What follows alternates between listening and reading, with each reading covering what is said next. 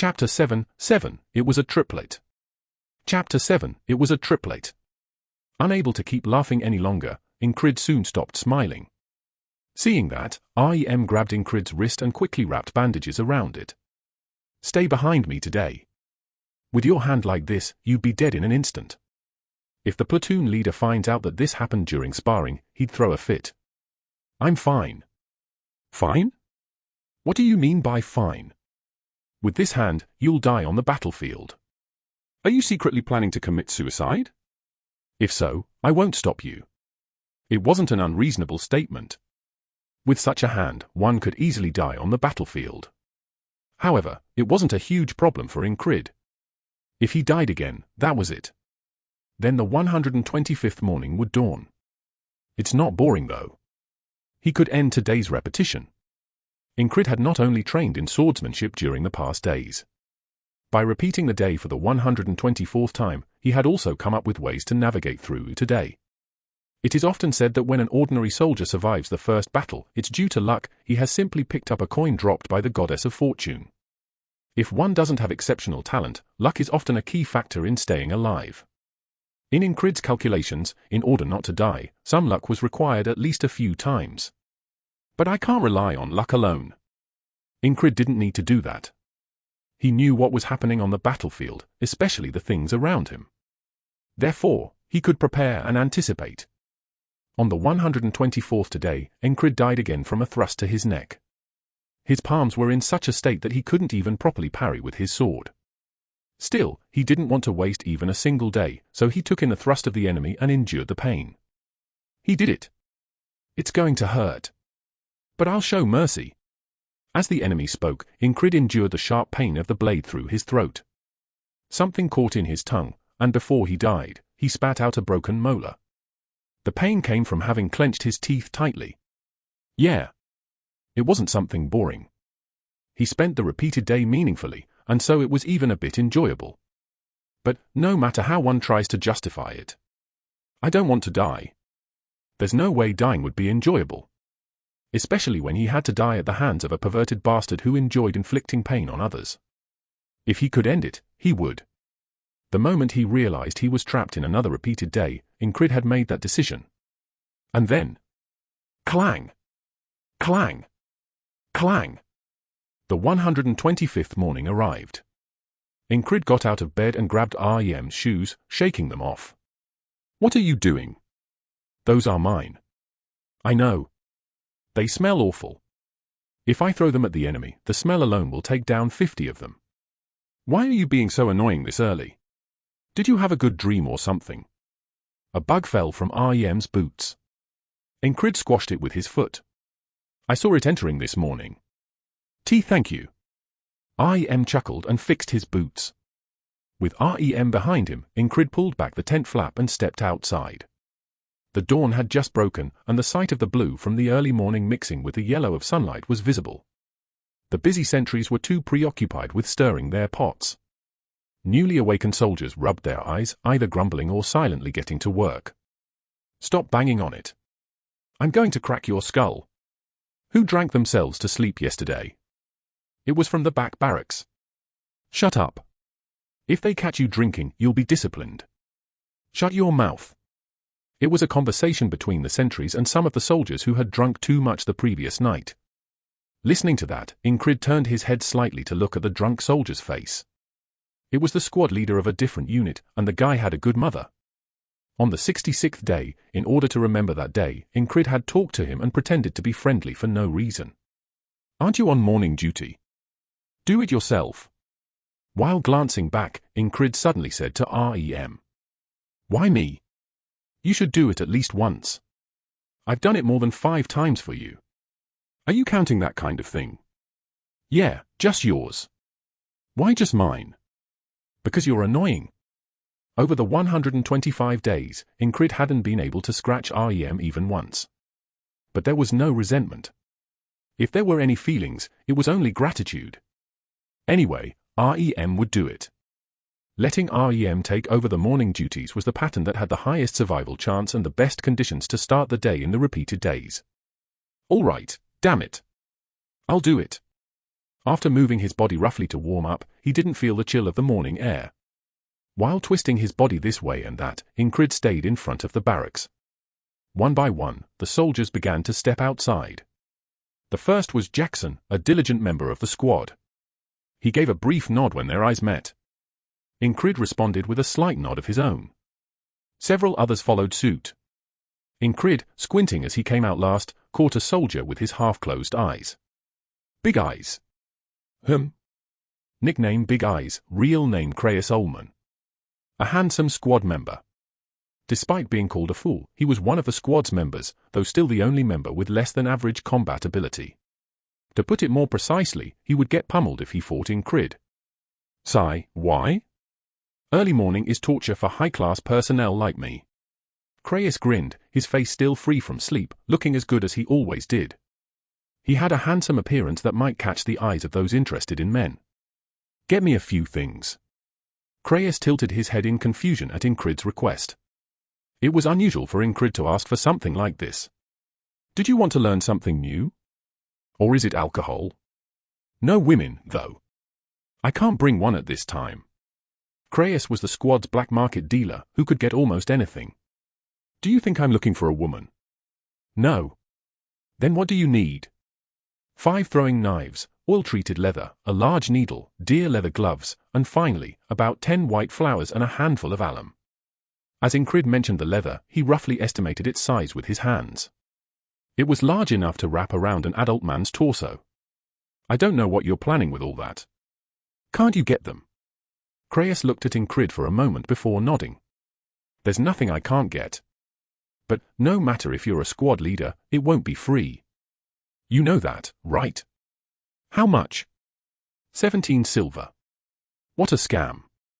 The 5 throwing knives would cost a silver or 2 at a forge. Of course, if the price of iron was high, it could go over 3 coins, but generally, that was the case. Besides, Kreis wouldn't be bringing in pure steel-made items. Still, he would at least get some usable knives. As for the leather, the price depends on the quality, but he wouldn't be bringing top-quality stuff from famous workshops. The only part that would cost more silver here was the needles and deer leather gloves. Those definitely requires at least 3 silver, no matter how much you haggle. The white horse flower? Well, you can get that for just a few pennies if you head to the village. As for the alum, if there's a leather workshop nearby, you can get that without spending much. Ingrid was knowledgeable in these areas, but he didn't argue. First of all, the first reason was that they were within the unit, meaning it was something hard to get unless you were Kreis. The second reason was the somewhat ambiguous price of 17 silver, which was probably the optimal value Kreis had set. There was another reason. Do you think I can get it right after breakfast? Are you telling me to skip breakfast? You haven't been eating well anyway. True, but I'm guessing the squad leader doesn't have enough, right? Kreis made a round shape with his thumb and index finger. Not right now. Although he saved up his salary, he'd spent it all on a new sword recently. Now, he was broke. Once the battle was over, he would get his pay, but if he asked for it now, he'd be treated like a deserter. This is troublesome. Upon hearing Kreis's words, Ingrid smiled. It was the kind of calm only someone with strong faith in their position could show. Lend me 5 krona. Kreis typically didn't trust people easily. But with Ingrid, it was a different story. He's the squad leader, after all. Ingrid had never been the type to do anything foolish, and above all, he was the one who had saved his life. Kreis pulled out 5 krona and handed them to him. Ingrid, spinning the clinking coins in his hand, headed straight to the nearby barracks. Inside, he found a few men already gambling, setting up their game early in the morning. They were the kind of soldiers who preferred gambling over the night watch or sleep. When they saw Ingrid, their surprised eyes quickly turned into questions after recognizing his face. Hey, isn't that the 44th squad leader? You're up early, who? Kreis, seeing that, was impressed. He disliked gambling. He hated the idea of losing hard-earned money to chance, but more than that, he disliked the idea of relying on luck to gain something. If you lost, the money you had worked for would vanish in an instant. He thought gambling was something for people who didn't know better. But Ingrid was joining in. Can I join too? Here? It was the night watchman from the barracks next door. He looked around briefly, then nodded in agreement. Sure. There was always room for a sucker at the table. As Ingrid crouched to sit down, Kreyas grabbed his sleeve. "Are you going to throw away my 5 kronas here?" Kreyas's eyes were still a little bleary, but they were sharp as they looked at Ingrid. He must have made quite a few women cry. Ingrid thought to himself and pushed Kreyas's wrist away. "If you lent it to me, it's my money now." With that, Ingrid took his place at the table. The gamblers shifted their positions to make room. "Do you know how to play dice?" One soldier, who was rolling dice made from pig bones in a wooden barrel, asked. "If the same number comes up, it's double. Bet on higher or lower numbers, and you win what you bet." "Right." Ingrid glanced over their shoulders, having seen this game 100 times. He knew it well. There were 3 dice. The total was 18. So, he just needed to call either higher or lower than 9. The one sitting in the center was the dealer. Ingrid would roll the dice while the others placed their bets. "Let's get the first round going." It was a quick game to pass the time before breakfast. The stakes weren't high. The minimum bet was 5 krona, and the maximum was 2 silver coins. Ingrid placed 5 krona on the table. Lower. Higher. Lower. Lower. Higher. Higher. Lower. In less than 10 minutes, Ingrid's hand was holding 2 silver coins. The charm of dice games is in the speed. It was a fast-paced, high-energy game where the bets came thick and fast. They played that way. At first, Ingrid just paid attention to the numbers that came up, curious to see if the dice would always roll the same way. Despite the repeating day, things around him subtly changed, so he wondered if the dice were different every time. But he knew better. The numbers on the dice were always the same. Looks like the goddess of fortune must have kissed the dice today. As Ingrid's hand held more than 10 silver coins, the dealer soldier said, "Isn't this cheating?" Normally, another soldier would speak up, but the dealer spoke for himself. "Cheating? Nah, I'm just lucky today. It's like the goddess is whispering in my ear." Ingrid shrugged off the suspicious looks. They couldn't say anything. The dice were rolled by the dealer. Even if there was some cheating involved, it was hard to call it out. By now, Ingrid had started to bet along with them, subtly influencing the game to his advantage. "Cheating? You're the one rolling the dice. Are you muttering some kind of incantation?" Wouldn't put it past him. Normally, you'd keep playing after winning big. No stopping just because you're unlucky. A soldier who had won some money from Ingrid chuckled. The dealer, having understood the situation, kept playing a few more rounds before calling it. "Last round. We're out of time." Soon, it was almost time for breakfast. Ingrid spun the 10 silver coins in his hand. He had started with 5 krona, and now he took all those guys' money. This was fun. It's the last round, so how about we go all in with the 10 silver coins and go? I want to clean out and head out. The maximum bet was usually 5 silver coins. The dealer furrowed his brow, thinking there was no reason to accept Ingrid's offer given his high success rate today. "Well, then let's match the amount and call it quits." Before the dealer could reply, Ingrid spoke again. What were the odds of 3 dice coming up the same? The soldier rolling the dice had never seen it happen in his life. It was something he'd only heard about in stories. So, Ingrid's comment was a joke, implying that he'd lose the silver coins and leave. At least that's what it sounded like to him.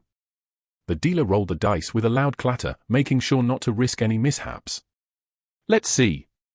With a smile full of expectation, the dealer opened the dice container. "What the hell? Looks like the goddess of fortune is truly with you. Seriously, is this even real?" Everyone, except Ingrid, was shocked. The dice came up all 3s. It was a triplet. Chapter 8, 8 Snake, Alcohol, Flowers, Knife. Chapter 8 The Snake, Alcohol, Flowers, Knife. The surface-level reason is not wanting to die further. Ingrid felt a different kind of fear as he repeated today. It was the fear of becoming complacent, the fear that if he did, such an opportunity might never come again. That was fear for Ingrid. Is this what I wanted? To settle for today was to live a life of stagnation. A life where one couldn't move forward. Hoping for tomorrow was a natural human instinct. Ingrid, after all, had been a person who dreamed of a better tomorrow despite his lack of talent. And there was a reasonable and sound reason for that. I've learned everything I needed to. No matter how much more he trained here, there was little to be gained. If that was the case, then it must be time to move forward toward tomorrow. What happens if I survive? Does that mean today ends? He had pondered this countless times. To put it simply, he didn't know. He didn't know what would happen after surviving. If I can move forward, then let's move forward. He had lived his life this way. Above all, Ingrid needed conviction. Could he truly see tomorrow after repeating today? He didn't know. Therefore, he challenged it. The mindset of a challenger was a part of his everyday life. Today would be a long day. He would need to use everything he had built up until now. How did you do it? Luck. Is that something you can just call luck? As soon as they exited the tent, Creyas asked, eyes wide open, even more than usual. The dealer, who had rolled the dice, was in a daze. But instead of causing a ruckus, he didn't question it. It was his own hand that had rolled the dice. Thanks to that, Ingrid was able to calmly stand up and leave. There was nothing to feel guilty about. He had never cheated. He simply had known all the numbers the dice would throw, like mimicking an oracle. I'll buy you a beer in the village later. A soldier, who had made a good profit thanks to Ingrid, slapped him on the shoulder as he passed. Really, it's just luck. I'm no good at gambling. As Ingrid turned to walk, Creyas quickly followed. If not having a talent for it means that, then talented people must all be buried in Krona. Sometimes luck just follows. If you get this lucky twice, your pockets won't just be full, they'll burst. While walking, Ingrid handed Creyas 17 silver coins. Clink! The sound of silver coins clinking made Creyas quickly pocket them. Creyas took the coins with a nonchalant expression, as if saying, well, it's none of my business. Then, he suddenly stared at Ingrid and rolled his big eyes. I figured it out. Figured what out? Ingrid asked with a glance. Creyas smiled broadly and continued. You're trying to seduce the commander who's coming tomorrow, aren't you? That's why you want flowers? Though roses or lisianthus would have been better than white horse flowers. Gambling aside, the things Ingrid had asked him to get were quite peculiar. Do you think that'll work? What's going on in this guy's head? There were rumors that the new battalion commander arriving tomorrow would be a woman. Right, they had said a woman was coming. But do you think giving a bouquet of flowers would make her fall for him? That wouldn't even work on a village girl. Of course, if someone with Creyas's face was involved, maybe it would, but... No, it still probably wouldn't. It would be a gamble.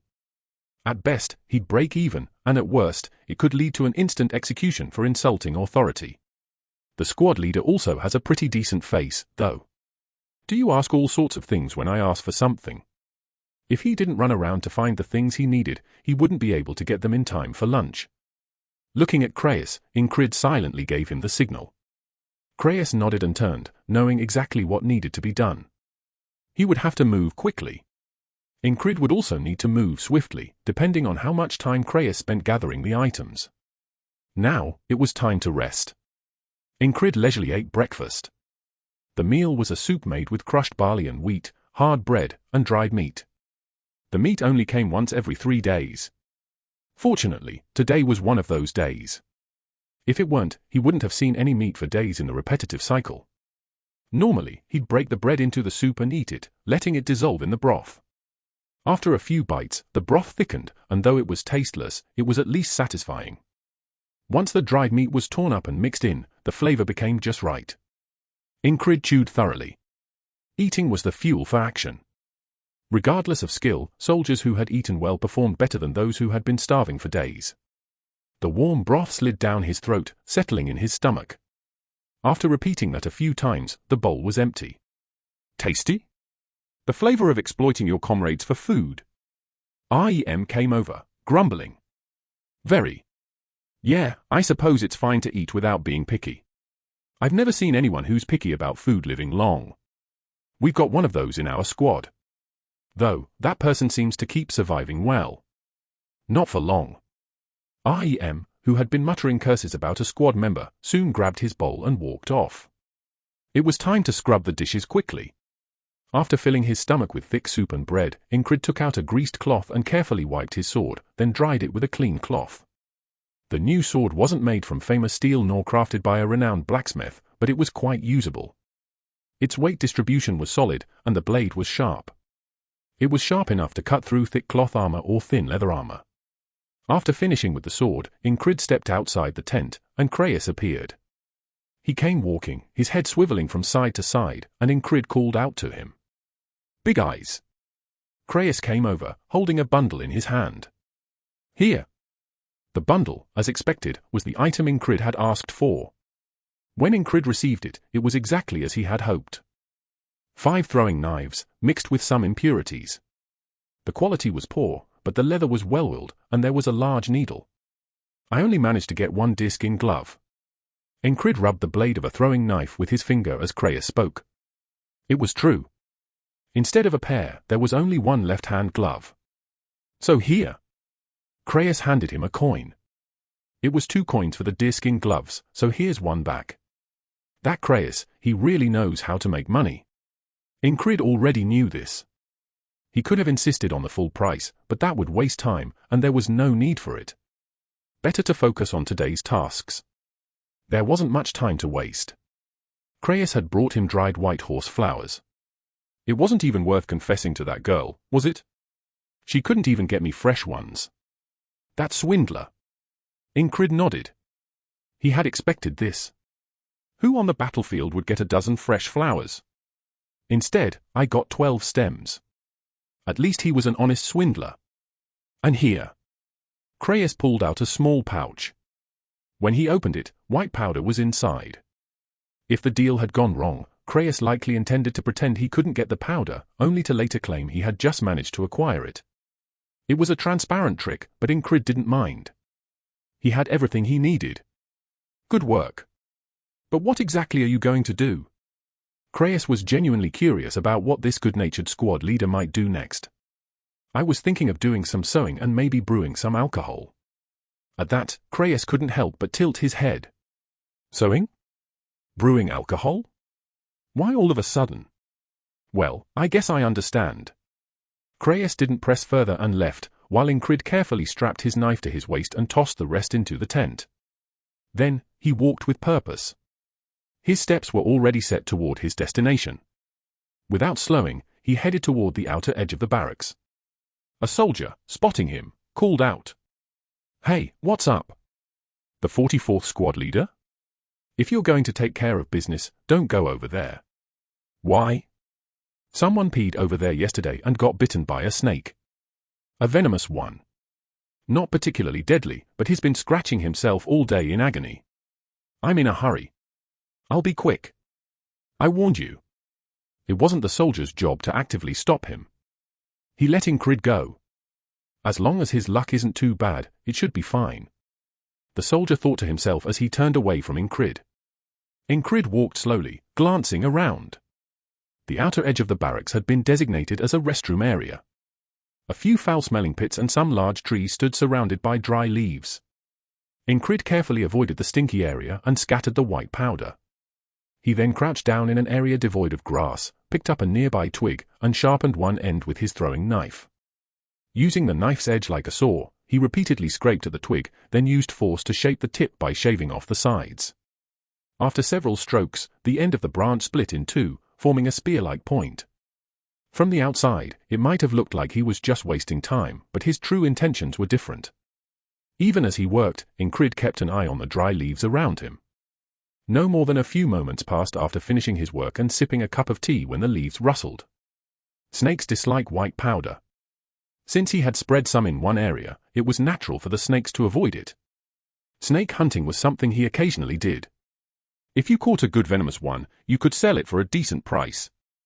Once, while selling snakes to a drunkard in the city, Ingrid had asked what the drunkard used them for, and the drunk had chuckled and replied, "You've never tried snake alcohol? Don't speak if you haven't tasted it." A hearty drunk, indeed. Shashashaw. A snake wriggled, emerging from the dry leaves. It had a brown body and a suitably angular head. Ingrid pressed the twig to the snake's neck. Thunk. With that simple motion, he combined a learned thrust. The snake couldn't escape. He then struck the snake's head with the back of his knife, knocking it unconscious. One down. Ingrid repeated the process several times. After scattering all the remaining white powder, he kept going until no more snakes appeared. It didn't take long. Before the sun had fully passed overhead, it was done. Ingrid had caught 5 snakes. He carefully held each snake by the mouth and pressed it into a flask lined with thin leather. The snakes, having woken in a panic, started leaking venom from their fangs. After repeating the process 5 times, he stuffed the remaining snakes into a thick leather pouch. Constipated? I was just about to go check if I'd been bitten by a snake, because you were not coming out. It was the soldier from earlier, looking serious, as if genuinely concerned. Thanks to you, I'm feeling better. Ingrid mumbled something in passing and quickly walked off. Behind the barracks where Ingrid was, a squad leader had been doing needlework. This squad leader, with decent skills, had learned sewing from watching his mother, and his craft wasn't bad at all. But he never considered making a living from sewing and enlisted instead. On top of that, he's got a serious love for alcohol. That was what Ingrid knew about his squad leader. Ingrid tossed a bundle of leather in front of the hungover squad leader. Got a minute? Though the squad leader didn't look great, his sewing skills were undeniably useful. Ingrid had already had him patch things up for him a few times. Even if the squad leader threatened to report it to the company commander, he'd still do the job, though with subpar stitching. Make me some pads for my hands, knees, and elbows with this. Why should I? The squad leader frowned. It was a natural response, they weren't exactly close.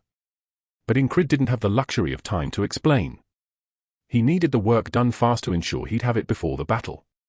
You got any hidden alcohol? At the mention of alcohol, the squad leader's face shifted. His temper flared, and his brows twitched. With his ball-like appearance, it wasn't hard to imagine him being quick-tempered.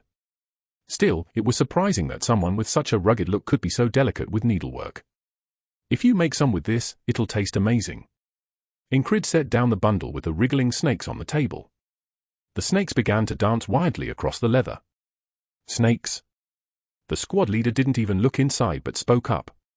Ever had snake alcohol? The squad leader nodded, clearly familiar with it. You know it tastes incredible, right? Ingrid hadn't tasted it himself, but he knew from the boisterous drunkard. If you haven't tasted it, you wouldn't know the flavor. Ingrid repeated, and the squad leader vigorously nodded. I'll give you some snakes.so make this for me. How'd you know I'm good at sewing? I overheard the company commander talking about it. That wasn't true. The squad leader had been drunk and confessed it directly. But that didn't matter. Shut up, you loudmouth. Despite the grumbling, the squad leader grabbed the needle. It was a fair trade. Then, I'll leave it to you. Fine, I get it. The squad leader's eyes didn't leave the wriggling snake pouch. He must really like snake alcohol. Ingrid returned to the barracks, grabbed what he left before, and headed toward the training ground where REM was. No one spoke to him along the way.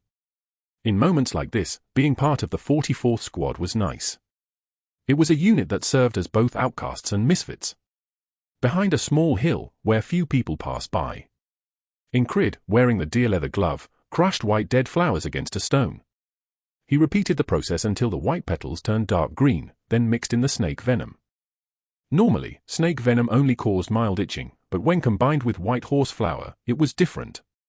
77 days ago, an enemy soldier who had fallen victim to this venom was paralyzed and started laughing at Ingrid. It was a process Ingrid had learned well. After crushing the flowers, mixing the venom, and creating a sticky green liquid on a flat stone, Ingrid coated his throwing knife with it. The blade shimmered under the sun, reflecting a dull greenish hue. Now, it's ready. Thud! Thud!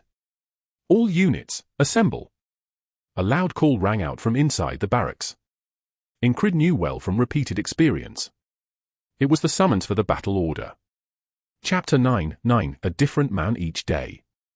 Chapter 9, A Different Man Each Day. The order to prepare for battle was given, but it wasn't a detailed strategy briefing. All they were told was to be ready. As soon as Ingrid received the order, he headed to the rear barracks. By now, the master of needlework, who had skipped the squad leader meeting claiming to be ill, would have completed his work. You didn't give me any thread. Indeed, he had not.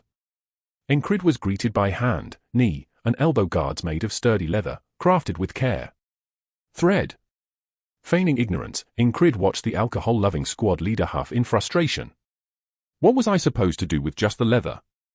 Well, you're resourceful enough to unravel some blanket threads and weave them properly, thought Ingrid. This wasn't the first time he'd done something like this. Even without being provided with thread, this man, who always responded enthusiastically to gifts, had worked wonders. Forgot about it. Doesn't look like you forgot at all. Despite squinting from the remnants of his hangover, he was sharp. No, really. I forgot. His expression said otherwise, but Ingrid didn't care.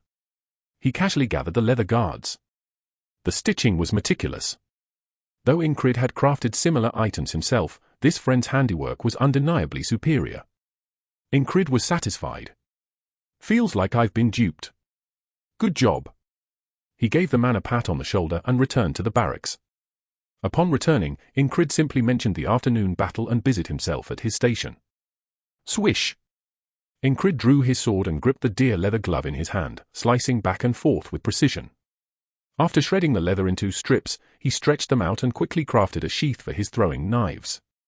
Finally, he made long cuts at the ends of the leather to create tassels for tying and fastened it around his waist like a belt. This wasn't his first time. Having repeated this task dozens of times, Ingrid's hands moved with practiced ease. REM, observing from over his shoulder, asked, "What are you doing? You've got smaller knives.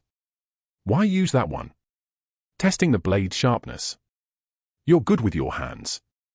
Hope your swordsmanship is just as sharp." This guy always managed to get under his skin.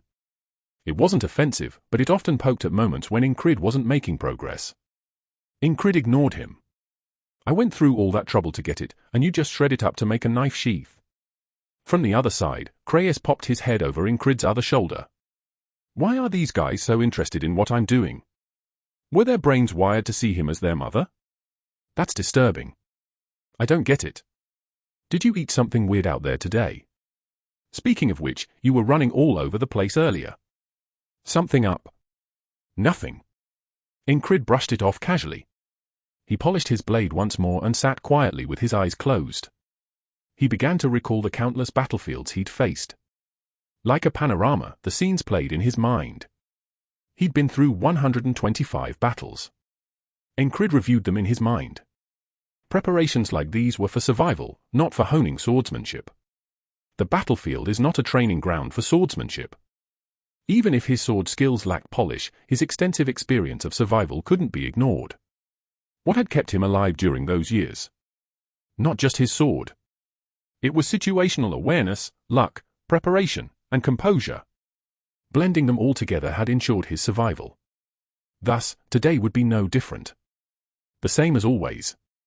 He would do whatever it took to survive. Ingrid resolved to make it through today. Charge! The cry of allies rang out. Ingrid was thrust into the heart of the battlefield. He didn't panic. Nor did he charge forward in reckless excitement.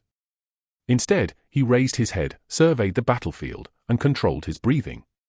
Who? A short but steady exhale. He saw the enemy. He saw his allies. The enemy surged forward, and the allies scattered. Swish! Ingrid drew his sword. And then, an enemy spear came flying at him. Ingrid deflected the spearhead with the shield in his left hand. Thunk! It was a motion he'd repeated countless times. There were no mistakes. He knocked the spear aside and stepped forward. Hup! Caught off guard, the enemy stumbled as Ingrid's right foot slipped behind their heel. He bent his knee, bracing for impact. Everything happened in a single breath. As if in a prearranged drill, the enemy tripped and fell backward. Thud! Landing head first, the enemy blinked in confusion. They didn't even understand what had happened. They tried to thrust their spear and retreat but ended up tripping and falling. It had happened in an instant. As Ingrid passed the fallen enemy, he delivered a swift kick to their jaw. Crack! A sharp sound accompanied fragments of teeth and blood spilling from the enemy's mouth. They were out cold. No need to kill them. He pressed on, raising his left arm. Bang! Clang clang! A spiked club slammed into his shield, grazing his elbow. Scrape! The club had embedded spikes, but his leather armor absorbed the impact. Grr! The enemy gritted their teeth, visible under their half-covered helmet. Their clenched jaw revealed taut facial muscles. This one would require effort to deal with. Ingrid shifted his grip and stepped forward with his left foot. It was the Valen-style quick-draw stance. Their eyes met. Drawing his sword would commit both to a decisive clash. Both knew it. In their shared gaze, an unspoken agreement was formed. Sword against club. The enemy's eyes fixated on Ingrid's right hand. Swish! Before his sword was fully drawn, Ingrid's left hand moved first. A throwing knife shot from his waist, slicing through the air. Caught off guard, the enemy raised their arm. Thunk! The knife embedded itself in their arm. Even with a gambeson, the fabric over the arms was thinner to allow flexibility. The knife had struck flesh. You coward! The enemy shouted. There's no such thing as honor in survival. Silently, Ingrid slid his sword back into its sheath. The Valen-style quick draw wasn't just about drawing the sword, it was also about feinting to throw knives or stones. You bastard! The enraged enemy charged, veins bulging on their forehead. That only hastened the venom's effect. Mid-charge, they collapsed forward. The paralytic poison had taken hold. Thud! They fell face-first into the ground, gasping and writhing. Ingrid walked past without a second glance. The next enemy was dispatched with a kick to the groin, and another was pushed forward into an ally's hammer swing. Smack! Even with a helmet, a mace strike to the head was fatal. Ingrid didn't do anything extraordinary. He simply took the actions needed at each moment. Yet those actions led to small victories for his allies. Thanks for saving me. An unfamiliar voice spoke. Ingrid nodded indifferently and moved on. It wasn't a big deal to him. Thanks, man. Squad leader. Was that skill or luck? Either way, drinks are on me later. Shit, thought I was dead. Such comments came from more than a few. Compared to his first battle, his growth was immeasurable. At the center of it all was, naturally, the heart of the beast. Calmly. And steadily. The heart of the beast does not beat recklessly. Possessing its wild nature allows one to gaze upon everything with composure. Amid the chaos of the battlefield, Ingrid walked on, attuned to the rhythm of his heart. This was the battlefield he had faced dozens of times. That didn't mean he wasn't tense. The more familiar it becomes, the more one falls prey to the unexpected. Even if today repeated itself, not everyone he met would act the same way. Their actions would shift depending on how Ingrid responded. Thus, he walked slowly, prioritizing observing his surroundings. Here, about now. A faint swish. A dagger was swung upward from below. An inventive strike aimed at his leg, delivered as the attacker feigned a stumble during combat. I've fallen for this one before. There were times he tried to avoid it. Then he discovered an easier way. It was like blocking an arrow. If you couldn't avoid it, you blocked it. Thunk. The dagger struck the leather greave, failing to cut into Ingrid's shin. It was only natural. Who? The startled gasp of the foolish enemy soldier became his final words. With the metal edge of his shield reinforced, Ingrid drove it into the back of the soldier sprawled on the ground. Crack! Ah! The scream was brief and faint. Wah! Instead, the deafening roar of the battlefield filled the air. Ingrid's prowess alone could not change the tide of battle. All it did was offer a modicum of relief to those fighting nearby. I can't save everyone. This was the battlefield, where dozens or even hundreds fell. Charging in with the intent to save everyone was the height of naivety and folly. Come at me, you bastards! The cry came from a spearman in another squad. Ingrid knew who it was without looking. As Ingrid moved forward, he'd already dispatched over 5 enemy soldiers. That boastful fool had, in truth, died dozens of times over. If not for Ingrid stepping in, he'd be dead today as well, slashed across the leg and rolling on the ground before meeting his end. Straightening his back, Ingrid took a deep breath in and exhaled. That's step 1. This was a battle he'd fought countless times. Ingrid had established his own criteria. The first goal was to reach the front lines unscathed. No injuries. He'd just achieved that goal moments ago. The second step was this. Find a familiar face amidst the melee. Of course, even amidst the chaos, avoiding injury was paramount. Only then could he properly face that sadistic bastard.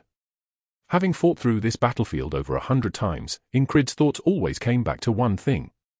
I want to fight at my best. He wanted to see if all he'd learned, repeated, and trained for could make a difference. To see if he could triumph over that sadist who favored mercy as a pretense for cruelty. To see if his efforts could get him through today. Thump. His heart beat faster. Apart from the boldness granted by the heart of the beast.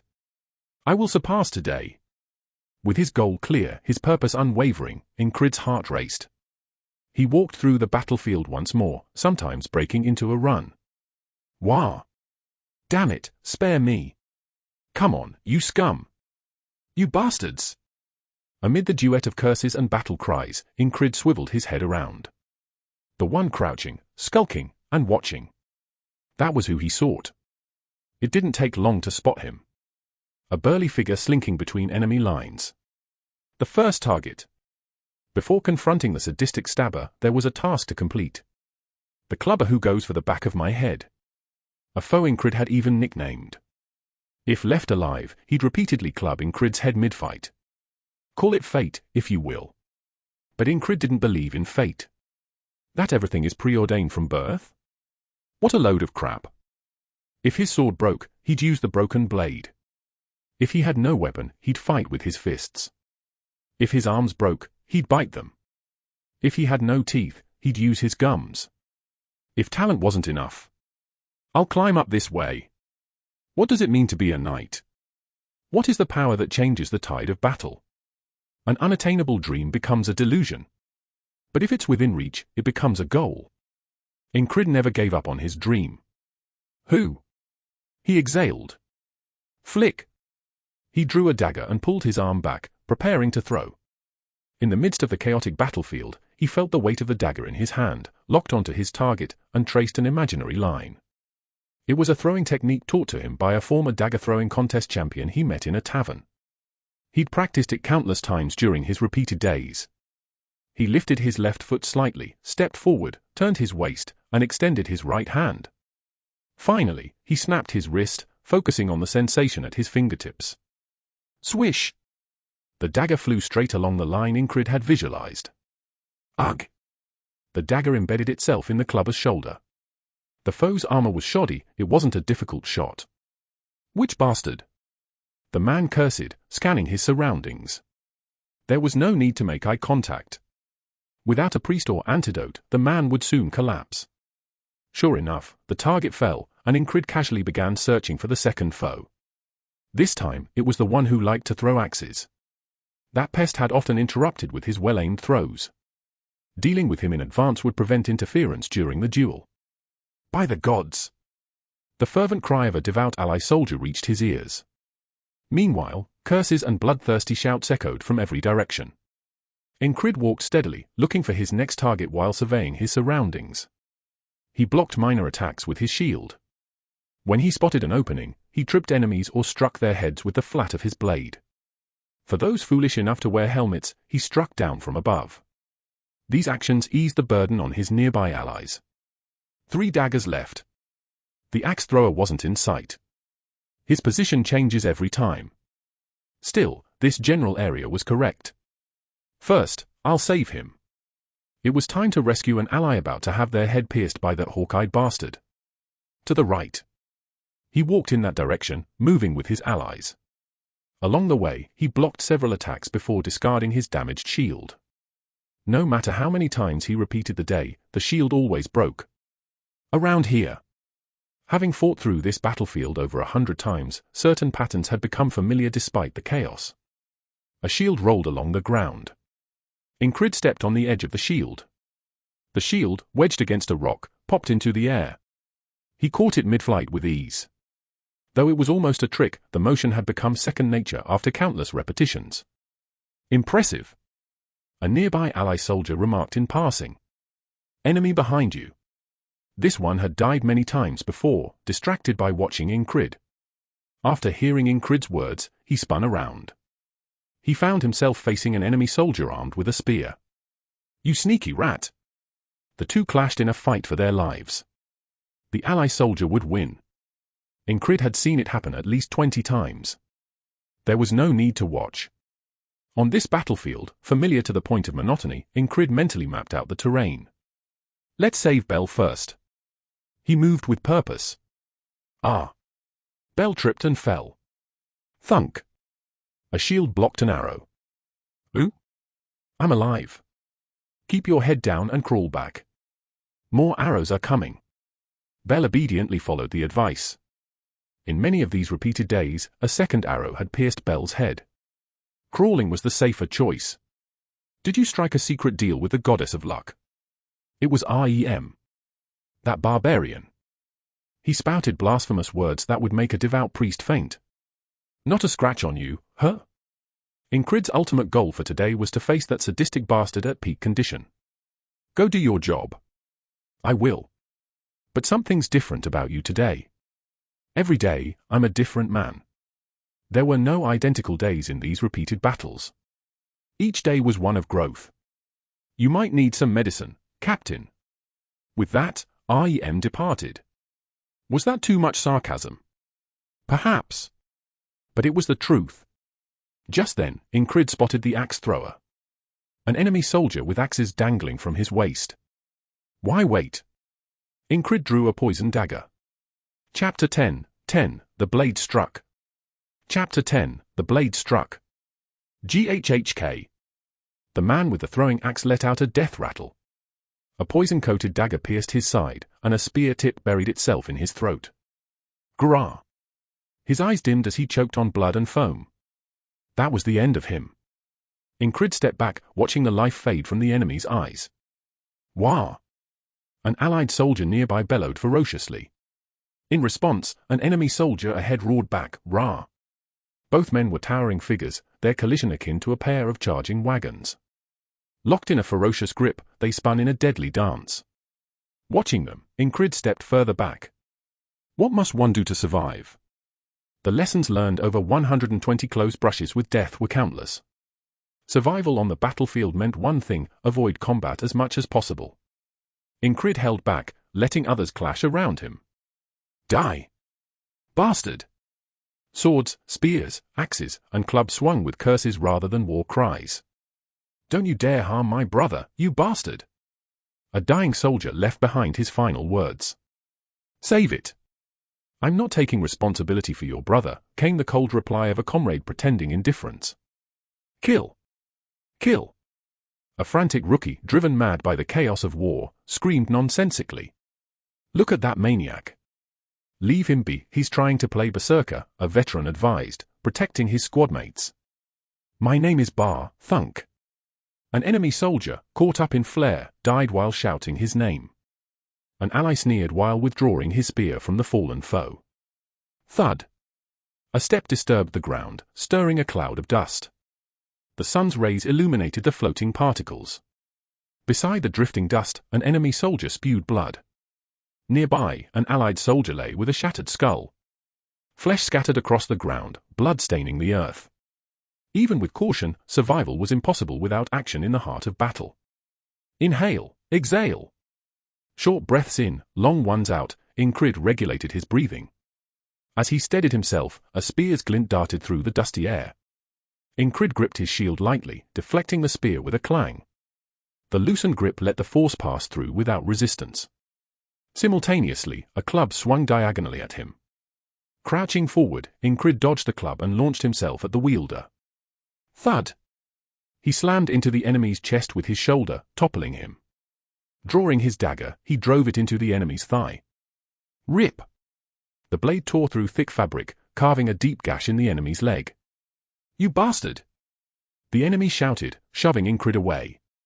Using the momentum, Ingrid regained his footing and swung his sword horizontally. The enemy, crippled by the leg wound, couldn't evade and took the blade to the neck. Thunk! The blade partially lodged itself, but Ingrid yanked it free with a forceful pull. Crunch! Muscle, nerves, tendons, and bone gave way as the blade tore out. Blood gushed as the soldier clutched at his throat. As expected, his hand couldn't staunch such a wound. Ingrid didn't look back. Someone else would handle the spearman who'd struck his shield. You bastard! It was Bell. Saving him earlier wasn't a waste. Bell now guarded his flank. A loyal ally. Clang!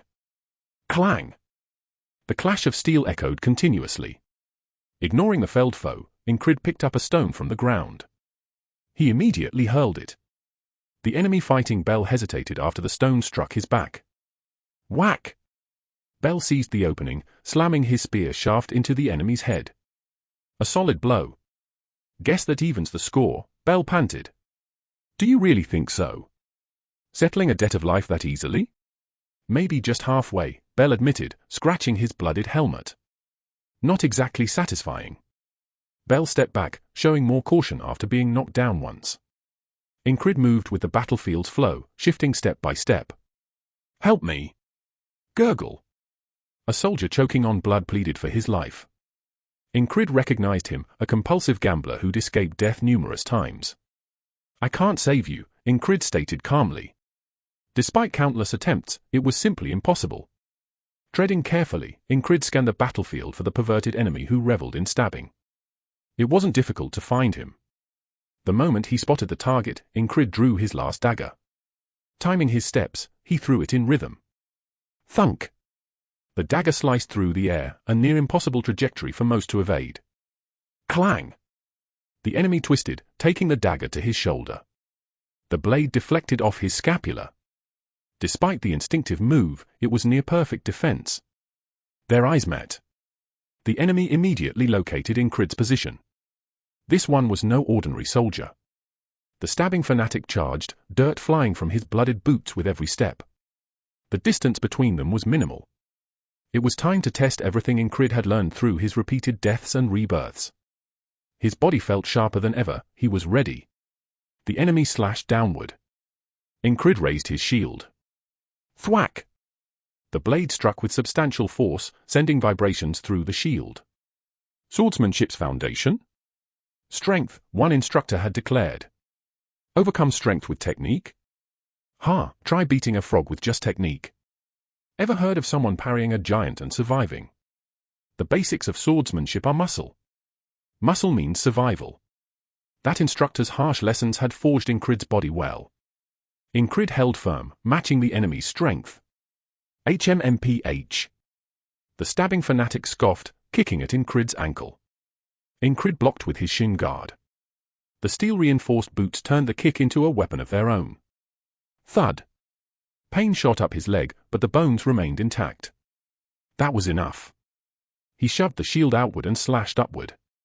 Whoosh! The enemy anticipated the strike, retreating just out of range before lunging in deeper. The opening from Ingrid's slash was precisely what he'd waited for. Ingrid roared, swinging his shield like a club. The stabbing fanatic tucked his chin just in time. Smack! The shield struck his head, sending him sprawling sideways. Ingrid prepared another slash but retreated as the enemy, still on the ground, swung a dagger diagonally. Had he pressed forward, the blade would have struck just above his shin guard. Even in a split second, the enemy had calculated the weak spot. The world called such precision talent. Ingrid had to die repeatedly to learn the heart of the beast. This enemy hadn't. Still, there was no polished mastery here, only raw ability. Ingrid recognized the signs. This was a novice, perhaps someone with little battlefield experience. Otherwise, he wouldn't charge so recklessly. He had nearly fallen to Ingrid's stabbing earlier as well. Raw talent, radiant but unrefined. Ingrid wasn't envious. I can do it. Confidence surged within him. He had a gut feeling that all his efforts leading up to today hadn't been in vain. It was time for his struggles, intertwined with death, to bear fruit. You bastard! Venomous eyes glared back at him. The opponent stood up slowly. In the brief interval, another ally stepped in between Ingrid and his enemy. That stabbing maniac crouched without hesitation and used the hand holding his sword to strike the ally's shin. Crack! The sound of bone breaking echoed. Whenever an ally intervened, the sequence was always the same. Right after the strike to the shin, the dagger would pierce the ally's neck in a single fluid motion. A seamless attack pattern, like flowing water. But Ingrid already knew this pattern. The dagger moved toward the shocked soldier, who could do nothing but widen his eyes. Just as the blade was about to pierce his neck. Whisk! The soldier's body was yanked backward. Scrrrch, crunch. Instead of stabbing through the soldier's throat, the blade grazed his cheek, skinned his temple, and scratched his helmet. Gasp! The startled ally fell backward, landing on his rear, so shocked he couldn't even speak, he just gasped for air. Ingrid stood in front of the soldier, flexing and unflexing the hand that had grabbed the ally's collar instead of his sword. Fall back. This was his fight. That was his opponent. The person who would confirm what he had achieved. Thump. His heart pounded. Ingrid was overwhelmed by a flurry of emotions, wondering if it was right to face this moment head-on, doubting if he could defeat his opponent, and yet brimming with an irrepressible fighting spirit. Deep down, he felt an inexplicable conviction, to progress forward, he had to overcome the enemy before him. No holding back. The stabbing maniac sneered. Look at him, such foolishness. It was proof that, despite his talent, he lacked experience. If he were truly serious, he wouldn't have wasted time talking, he would have created an opening instead. But since he hadn't, Ingrid decided to do it for him. Huff, huff. He deliberately exaggerated his breathing. He flinched at every gesture the opponent made. The once fiery red eyes of his enemy seemed dull brown now. And those brown eyes glimmered. The stabbing maniac stepped in and slashed his sword. Whoosh! The speed was on an entirely different level than before. Thud! Ingrid's heart raced. But he didn't panic or shut his eyes. The heart of the beast is always bold. Watch until the very end and just dodge. That's what REM always said. At first, Ingrid thought he was teasing, but now he understood. He could see it. Ingrid shifted his weight to his ankles and twisted his body. The blade narrowly grazed his shoulder. After dodging, he swung his sword horizontally. Ting! The enemy raised his dagger vertically to intercept. Ingrid's sword and the stabbing maniac's dagger formed a cross. Ting, ting, ting! As Ingrid pushed against the dagger, sparks flew from the friction. The stabbing maniac angled his dagger and redirected the blade to the side. Ingrid abandoned the attack and raised his shield close to his body. Bang! The blade struck the edge of the shield, scattering more sparks. The stabbing maniac had withdrawn his sword in an instant and swung again. But Ingrid had seen this pattern before. He turned his head sharply, noticing that the enemy had disappeared from view. Without hesitation, Ingrid raised his sword vertically and slammed it into the ground. The stabbing maniac, who had been charging low, halted. The sword pierced the blood-soaked ground with a thud, and the opponent froze in an awkward crouch, lifting only his head. His eyes radiated a chilling intent to kill. Cheap tricks. He ground his teeth audibly. Tricks are still skill, you bastard. Ingrid didn't respond. Instead, he kicked dirt toward the enemy with the tip of his boot. Whoosh! Ooh! The stabbing maniac quickly shielded his face with his forearm. Even now, he reflexively reacted. It wasn't the first time Ingrid had seen such a scene, and it wasn't impressive anymore. You bastard! When the enemy had the upper hand, he gloated and spoke of mercy. But when he was cornered, he lost his temper instantly. Ingrid had long since figured out his personality. The stabbing maniac lunged again, closing the distance. Clang! Clink! Thud! Ingrid blocked a relentless series of strikes with his shield. The shield creaked under the pressure. The opponent closed in further, switching to his dagger, aiming for Ingrid's side. It was the same move that had killed him in the past. This time, Ingrid raised his elbow. Thunk! The dagger stopped, caught against the tough leather of his armor. At the same time, Ingrid leaned forward and thrust his head. The Valen mercenary technique, headbutt. Smack! Ugh! The stabbing maniac staggered, and Ingrid's head spun briefly. In the past, this would have been the moment when another enemy struck him from behind with a club. But not today. There was no one throwing axes either. Instead, there was Belle. Damn it, I'll help! Belle shouted. Stop anyone else from interfering, Ingrid replied. This is my fight. Suppressing the urge to vomit, Ingrid steadied himself, hearing his enemy curse. You crazy bastard! If I'm dizzy, you must be too. The dizziness passed quickly. I'll enjoy watching you struggle as you die. The stabbing maniac took a stance, one foot forward, the other back, like a charging cavalryman. From that stance came a thrust as swift as an arrow. The tension constricted Incrid's heart. He steadied his breathing to release it. Stay bold.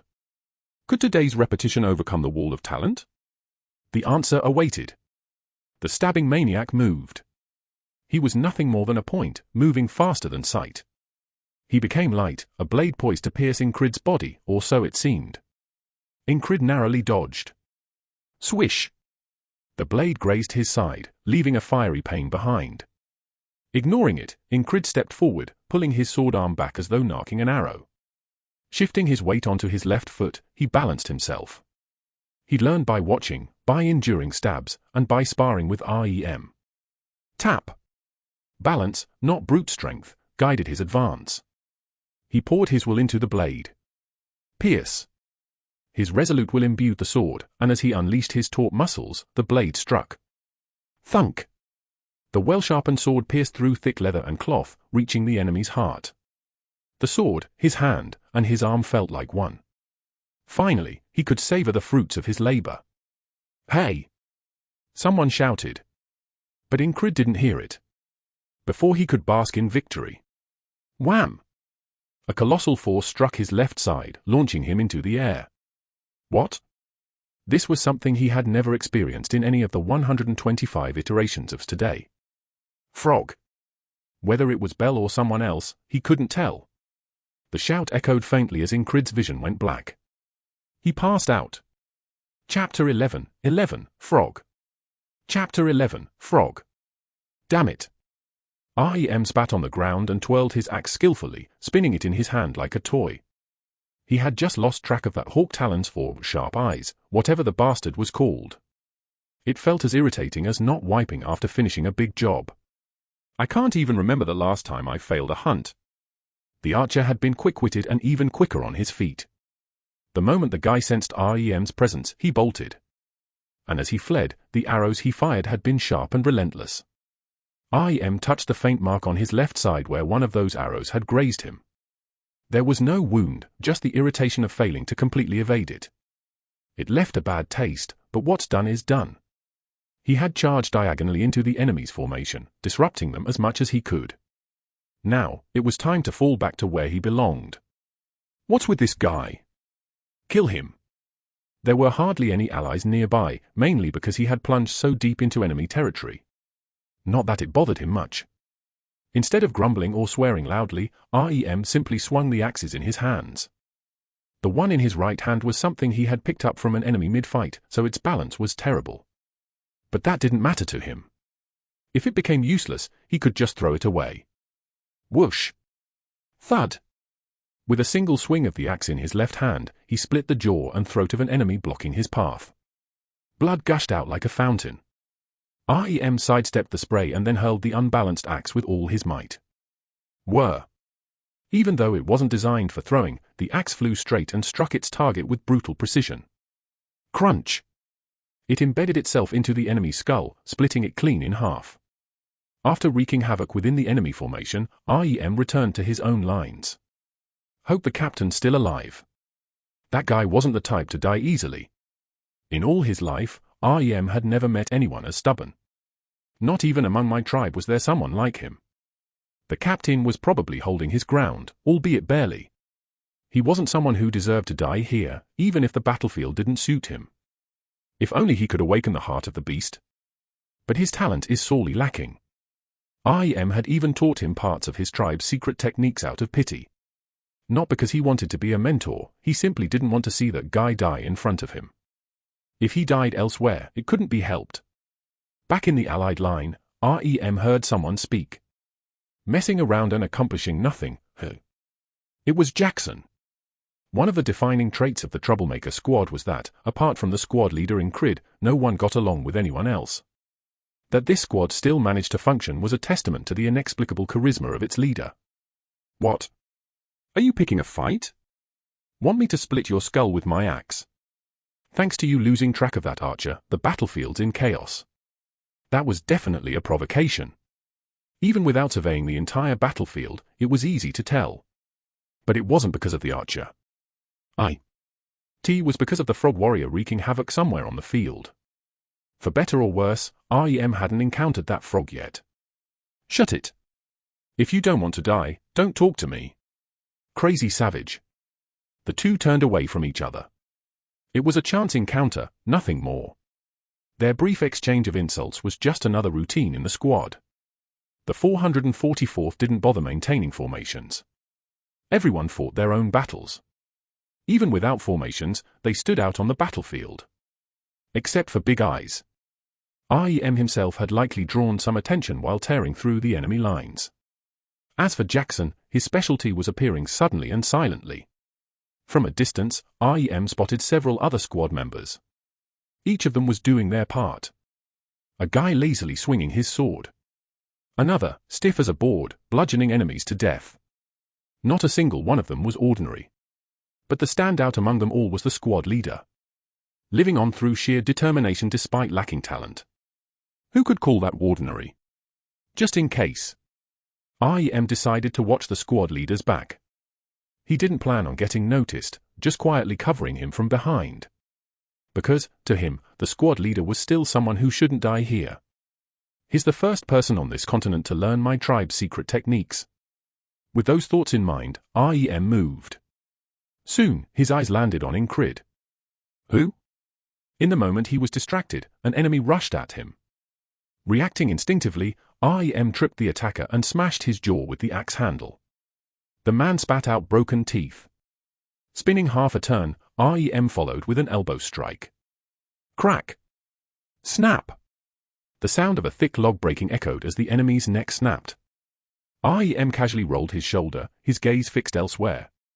Even while dealing with the attackers, his focus remained on the squad leader. Skilled? It was a side of Incrid he hadn't seen before. That display of skill kept REM watching rather than rushing to assist. Incrid was fighting a competent enemy soldier, displaying an uncharacteristic calm and confidence. How? How could someone change so much overnight? Surprising, isn't it? It was Jackson again, appearing beside him. Why did their paths keep crossing today? Had he come to watch the squad leader's back too? I've been watching all day, while you were goofing around. And? It's like he's robbed the Lady Luck herself. What? He's lucky, I'm saying. Luck alone couldn't explain what was happening. And his skills? They've improved so much. Jackson, who rarely spoke with him, seemed genuinely astonished. That alone was telling. And REM was just as shocked. Soon, REM witnessed something even more astonishing. Two things, to be exact. First, the way Incrid dodged an enemy's thrust and retaliated with a near-perfect counter. Beautiful! REM found himself exclaiming, and Jackson gave a faint nod. Years of relentless effort. Knowing how hard the squad leader had worked, REM couldn't help but feel a surge of support. Talent was a strange thing. Sometimes, it allowed someone to leap several steps ahead in an instant. Both REM and Jackson had experienced it, so they didn't find Incrid's sudden leap strange. It was clear. The squad leader had climbed several rungs on the ladder overnight. He won. The opponent was no pushover. Of course, if REM were the one fighting, a few swings of his axe would have been enough. For the squad leader, however, it was an opponent he would lose to 10 times out of 10. Yet, the bastard had won. Though it didn't seem like an easy victory. Small wounds were visible, and the shield in his left hand had been reduced to splintered junk. The leather guards protecting his knuckles and knees were torn and ragged. Judging by his labored breathing, he was clearly exhausted. Heart of the beast. REM quickly assessed the squad leader's condition. Courage and composure. It was undoubtedly the secret technique REM had taught him that formed the foundation of his resolve. To think he's mastered it this much. It was surprising how skilled he had become. REM decided to set everything else aside and crack a joke. Frog. Just then, someone shouted. It was another soldier, standing right behind the squad leader. What was his name again? Bell? The name stuck because it sounded similar to his own. Just as the soldier had warned, a dark shadow darted forward. Frog. Frog, the humanoid amphibian. Its face resembled that of a frog, and its skin was the same. Their slippery, oily skin deflected both blades and blunt weapons. To kill one, you had to pierce its heart or burn it with magic or sorcery. Neither task was easy. Frogs were a superior combat species, naturally gifted in strength and battle instincts. Whatever weapon they held, they mastered it in mere days, a race born for combat. The frog, now parallel to the ground, leapt with astonishing speed, delivering a powerful kick to the squad leader's side. It didn't seem like an attack meant to end things in one strike. The squad leader was sent flying sideways from the blow, and the frog landed heavily, quickly stabilizing its stance. It reached back, and in its hand appeared a spear. If left alone, the squad leader would die, without a doubt. At the sight of the dark shadow, REM immediately sprang into action. Boom! The ground cracked under the force of his step, sending dirt flying like a small fountain. In an instant, REM closed the distance to the frog's side. Whoosh! Without a word, he swung his axe in a wide arc from above, transferring force from his shoulders and arms down to the blade. But the frog displayed incredible dexterity instead of throwing its spear. Shifting its right foot aside, it swung the spear shaft upward like a stick springing back. It adjusted its stance and parried the axe in a single, fluid motion. Clang! The axe collided with the spear shaft, sending a sharp resonance through the air. Grah, an interfering ugly human. You damn frog bastard, that's our captain you just hit. Isn't it true that the captain should be stronger than the subordinates? The frog immediately recognized REM's skill. The charge, the axe swing, the judgment, it saw it all. The frog was a natural warrior species. If its combat prowess was exceptional, so was its insight. Its protruding, rolling eyes could discern an opponent's strength at a glance. It was a race blessed with the talent to assess talent. The frog rolled its eyes briefly before retreating. Enough. I've calmed down now. What the hell are you saying? Ugly human, that guy killed a human I had my eyes on. It got me worked up for a moment. But still, I trained him, damn it. Anyway, we're done here. I'm not about to risk my life fighting now. The frog's keen senses weren't limited to judging talent. Its combat instincts also allowed it to assess the flow of a battle in an instant. While REM didn't think it was necessarily at a disadvantage, he preferred to avoid a fight if possible. Fighting a frog for mere scraps of pay? It wasn't worth it. REM could even understand the frog's reasoning to some extent. As long as their heart wasn't pierced, frogs could regenerate their limbs. Perhaps because of this, they were particularly sensitive about the word heart. Seeing someone die from a pierced heart could drive them mad. A berserk frog was terrifyingly ferocious. Only frogs with a certain level of training were even allowed on the battlefield. REM reflected on these facts. Damn, I must be getting used to this place. The fact that he could casually recall so much about frogs meant he was adapting to life on this continent. The frog tapped its chest armor. A heart guard, also known as heart armor, designed solely to protect its heart. Seeing it where that confirmed it was a properly trained frog. The frog city wouldn't even let poorly refined individuals out into the world. Heart armor was their proof of identity. See you around, ugly human. Why did it keep calling him ugly, though? Frogs loved jewels and had unique tastes in aesthetics. They preferred attractive humans. Too good-looking to kill, the frog muttered, flicking out its long tongue like a frog catching a fly. That was likely its version of a smile. It glanced at the captain before slowly retreating. Female frogs liked handsome men. Male frogs liked beautiful women. That was just how frogs were. Although their standards for mating within their species were different, for some reason, they admired attractive humans. It wasn't something REM particularly cared about. You still alive? Jackson was cradling the squad leader. A single hit to the side cracked his ribs. But in that brief moment. Yes, he blocked it with his arm. Impressive. It made REM feel his teaching had been worthwhile. Blocking in that moment of impact meant the heart of the beast had come into play. REM couldn't help but feel proud. The shock from the impact seems to have rattled his head. He might survive, but he could still die if left untreated. The battle seems to be winding down. Carry him. Let's take him back. You carry him. I'll clear the way. One day, I'll bury my axe in your skull. Be careful your back doesn't sprout a dagger first. REM exhaled sharply through his nose, but it didn't escalate into a fight. At least the captain had proven himself. That was enough for now. REM hoisted Incrid onto his back. Jackson moved ahead, clearing a path with his sword and shield. At a glance, his skills didn't seem exceptional. But on closer inspection, it was clear he was holding back most of his strength while clearing the way. This cunning alley-cat bastard. cursed Jackson internally as he walked. The captain on his back simply wheezed softly, as if he were sleeping. Chapter 12, The Ferryman. Chapter 12, The Ferryman. The frog reflected on the scene captured by his eyes. I thought he'd win. He was a guy frog had trained himself, someone with considerable talent. Though his personality was unpleasant, that wasn't Frog's concern. A soldier trained specifically in thrusting techniques, he had decent potential. He wasn't the kind to die on such a minor battlefield. Had he been left to his own devices, he might have at least reached the skill level of a company commander. Frog pondered the reason for the soldier's death. Was it lack of experience? No, that couldn't be it.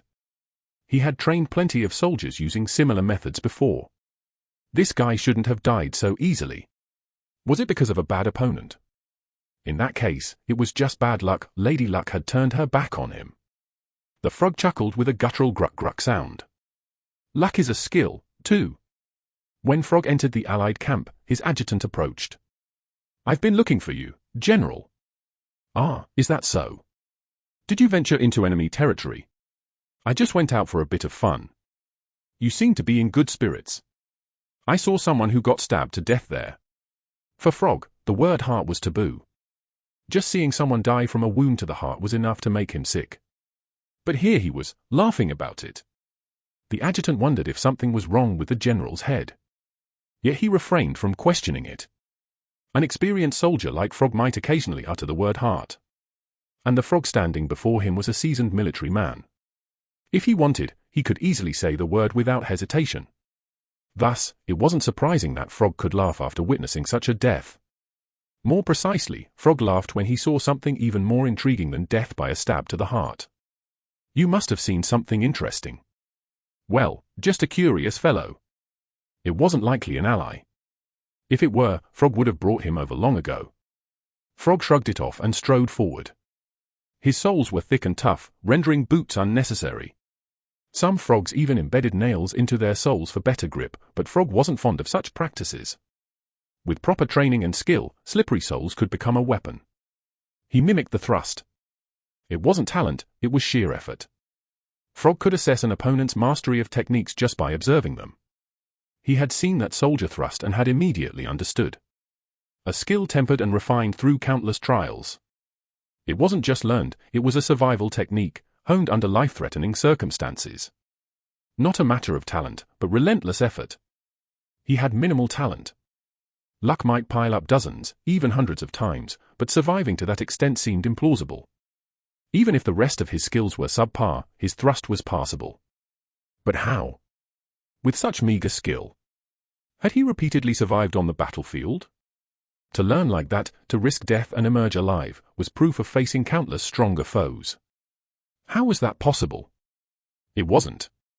That's why it intrigued Frog. It'd be nice to see him again. But Frog doubted that would happen.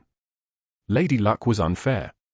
She was a blatant favoritist, granting fortune to some while depriving others. And even luck had its limits. He must have used up a lifetime's worth of luck. There'd be no next time. Not that he'd die today, Frog had kicked him, and he somehow managed to defend himself. Plus, the two who came to his aid suggested he wouldn't die on this battlefield. Still, his survival wouldn't last long. Facing stronger opponents might improve his skills, but only if he had hundreds of lives to spare. General. Let's eat. Frog set aside his thoughts about the man and shifted focus. It was time to eat and strategize. The golden-haired adjutant nodded at Frog's words. Understood, sir. I'll prepare the meal. A ferryman came into view. Incrid became aware that he was seated in a small boat. A dream. This had happened once before, a long time ago. When was it? When I first woke up again. A ferryman without a mouth. A voice filled with curiosity. Faint memories stirred. Back then? He dismissed it as a meaningless dream. What significance could a ferryman in a dream hold? You made it through another day, who? The ferryman spoke. As before, Ingrid couldn't respond. It seemed all he could do was listen. Though you have eyes, you cannot see, though you have a mouth, you cannot speak, though you have ears, you cannot hear properly. The ferryman's words carried a melodic rhythm. Ingrid couldn't even blink. His senses and body were beyond his control. What can you do now? If this was a dream, shouldn't he be able to cast spells or something? It felt like a dream, but it wasn't. Realizing this, Ingrid understood that listening was all he could do. Can you endure? Will you continue, even as walls stand before you? The words made no sense. Hadn't the ferryman just said he couldn't properly hear? You can't even hear my name yet. Ingrid stared at the ferryman. A blurry image formed through a black haze, like morning dew obscuring his vision. Everything was dark. At first, Ingrid thought the ferryman merely lacked a mouth. But there was nothing, just darkness. What you hear now is merely my whim and goodwill. The ferryman chuckled. It wasn't visible, but Ingrid somehow knew he was laughing. So what's the point of all this? Child, nothing is over yet, and you cannot escape. The walls are before you will remain, becoming your destiny. The word wall felt strange. What the ferryman actually said sounded different, yet it registered as wall. What was this? Can you survive? Nonsense. Of course I will. Wait, he could speak now? There was no time to question it. The ferryman seemed more surprised than Ingrid. You? The ferryman muttered something before Ingrid's consciousness began to fade. Splash! The small boat vanished. Ingrid sank into deep waters. Beyond the black haze, a will, rather than words, was conveyed. You won't remember this. But... A faint chuckle. The ferryman continued. You're an amusing one. And with that, it ended. Ingrid sank deeper into the abyss, losing consciousness as he descended into the profound darkness. Who is the hero of this battlefield? Cyprus. Who is the master of this battlefield? Cyprus. Who races toward tomorrow? Cyprus. Who delivers the judgment? It was a song, lively rhythm, robust voices, a cadence perfectly in sync. A military song? No, it wasn't. Since joining this unit, Ingrid had learned a few military songs, but this wasn't one of them.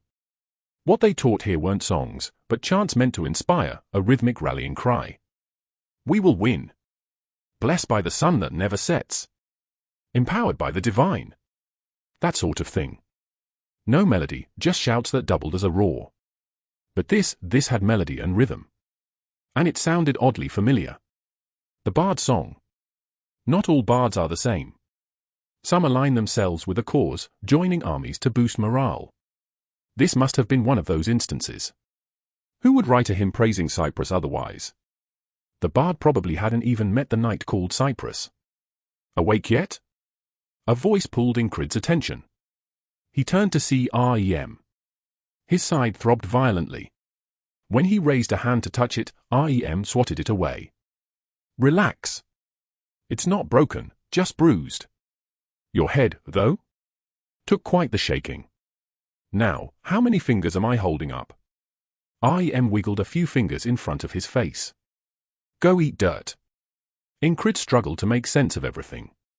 Today I was over. Acknowledging that was disorienting enough. REM's teasing was hard to entertain. See? Still dazed. I'm REM, your eternal companion.